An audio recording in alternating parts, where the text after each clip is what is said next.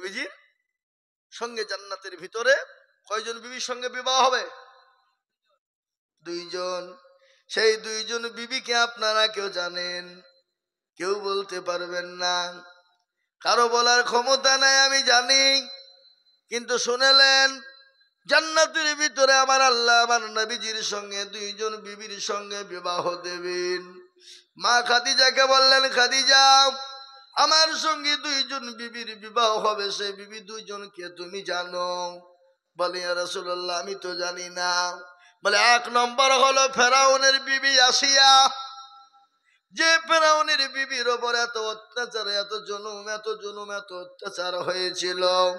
মরুভূমির প্রান্তে উত্তপ্ত বালিতে, গরম বালিতে উলঙ্গা করে দেওয়া হয়েছিল, পিঠের তলে প্যারাক দেওয়া হয়েছিল। প্যারাক বুঝেন না? কাঠের উপর প্যারাক দিয়ে হযরতে খাদিজাকে প্যারাকের উপর শুইয়ে দেওয়া হয়েছিল, বুকের উপর দিয়ে পাথর চাপানো হয়েছিল।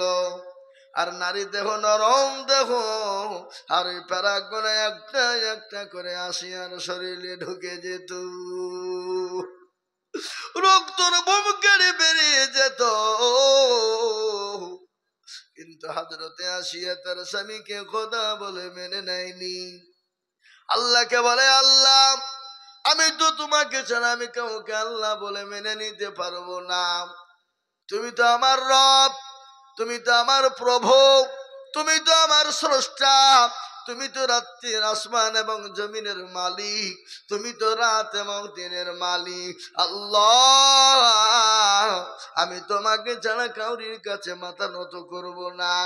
ও মুসলমান, ও আল্লাহওয়ালা, তা বললে আমি কাউরির কাছে মাথা নত করব না। হযরতে আসিয়ার সম্পর্কে আল্লাহ বললেন, ফেরেশতারে, আমার একটা জান্নাতের দরজা খানা খুলে দাও, আমার আসিয়া মৃত্যুর আগে জান্নাতের দরজা জানে দেখতে পেয়ে যা। ইয়া খাদিজা, 1 নম্বর বিবি হবে আসিয়া। 2 নম্বর বিবি জান্নাতের ভিতরে আল্লাহ আমার সঙ্গে বিবাহ দেবেন কে তুমি জানো? বলেন না। 2 বিবি হলেন হযরতে ঈসা নবী আলাইহিস সালামের আম্মা জান, যার নাম হলো মারিয়াম আলাইহিস সালাম। পুত পবিত্র, তাহিরা, পুত পবিত্র, এত পবিত্র, এত পবিত্র। আল্লাহ রাব্বুল আলামিন কাল কিয়ামতের দিন জান্নাতের ভিতরে মারিয়াম আলাইহিস সালামের সঙ্গে আমার বিবাহ দান করবে। ওই 2 জন বিবি খাদিজা, তোমার জন্য কবরের ভিতরে আল্লাহ রাব্বুল আলামিন পাহারাদার হিসাবে রাখবে। তো খাদিজার কান্না থামে না। নবীকে বললেন, নবী গো, তাও তো আমার কান্না থামে না। আল্লাহ নবী বলেন, খাদিজা, বলো তুমি কি তুমি চাও? বলে, ইয়া রাসূলুল্লাহ, আমি আপনার কাছে জীবনে কিছু চাই না, আমি 3টি জিনিস আপনার কাছে চাই।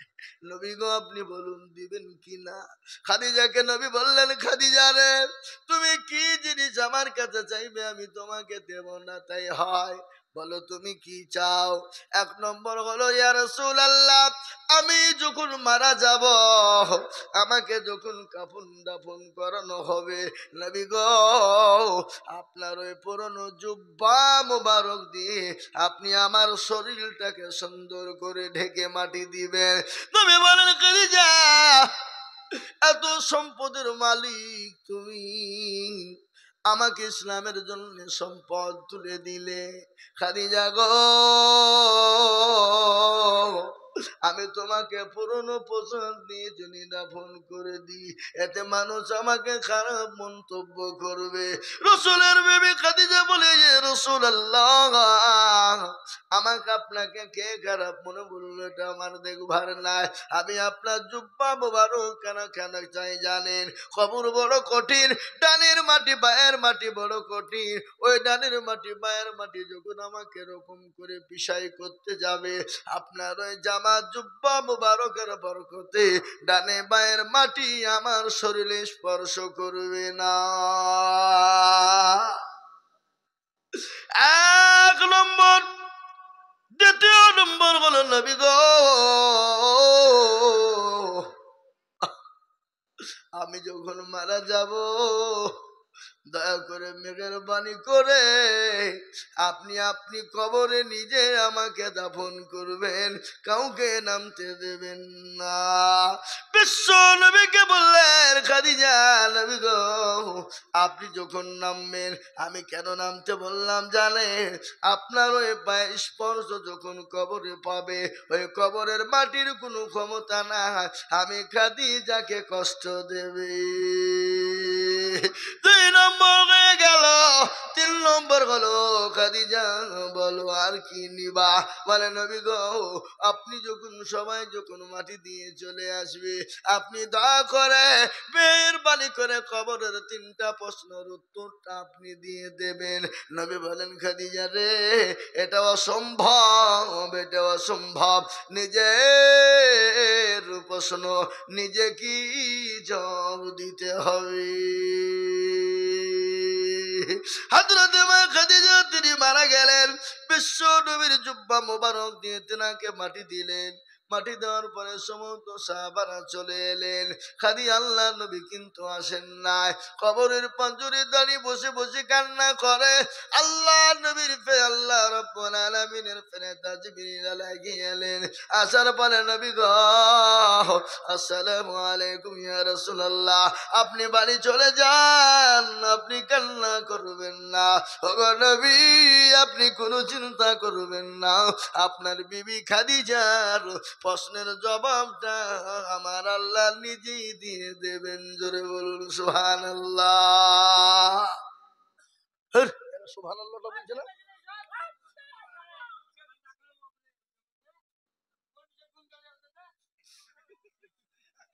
না না, আপনাদের এখানকার লোক একটু পাকামো আছে।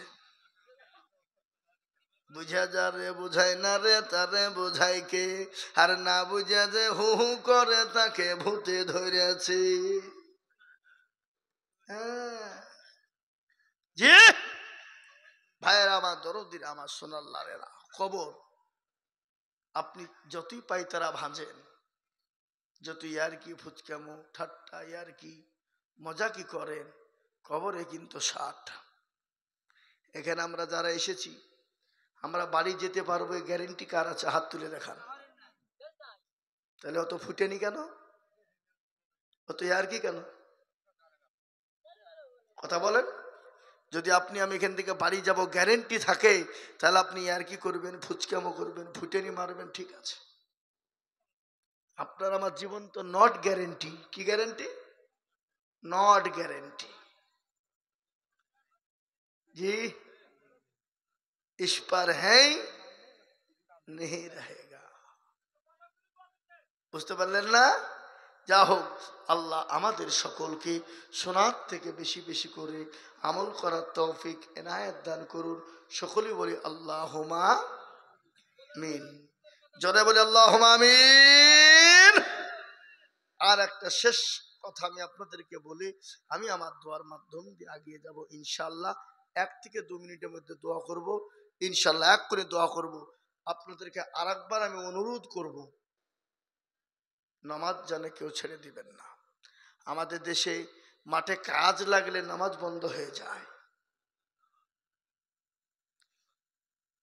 মাঠে কাজ, বিরাট গম কাটার জোর, ধান কাটার জোর, পাট কাটার জোর, মসুরি তোলার জোর, রাই তোলার জোর। জোহরের নামাজ আসরে পড়ি লিব, আসরের নামাজটা মাগরিবে লিজে পড়িব, আল্লাহ হুড়কে মেরি মাজা ভেঙে দিবে।